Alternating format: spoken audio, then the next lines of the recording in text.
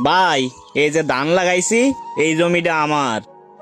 ভাবিলাম এবছর ধানটা বিক্রি করে ঘরে আর দেবো, কিন্তু বিপদ তো আর কয়ে বলে আসে না। হঠাৎ করেই মায়ের শরীর খারাপ, আর এখনে এই জমিটা বিক্রি করেই মায়ের চিকিৎসা করাতে হবে। ভাই, জমিটা তো আমি দেখলাম, আর জমিটা তো আমার খুব পছন্দ হয়েছে।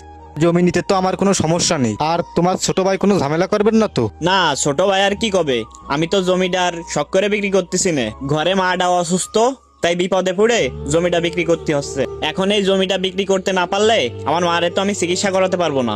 এখন দেখো, জমিটা তো তোমাদের দুই ভাই, তোমরা দুই ভাই পরামর্শ করো কত হলে বিক্রি করবা। আপনি তো জমির কিনা বেচা করেন, আর এখন দেখেন জমির বাজার কেমন, সেইভাবেই আপনি আমার ন্যায্য মূল্যটা দিয়েন। আপনি আবার আমারে যেন ঠকায়েন না। তোমার আমি ঠকাবো কেন?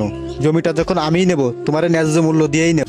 আর সন্ধ্যাবেলায় তুমি জমির সকল কাগজপত্র নিয়ে দেখা করে নে, সবাই একসাথে বসে কথাবার্তা বলে জমির কিছু বায়না দিয়ে দিবান। আচ্ছা ভাই, ঠিক আছে, আমি জমির সকল কাগজপত্র নিয়ে সন্ধ্যাবেলায় আপনার সাথে দেখা করবানে।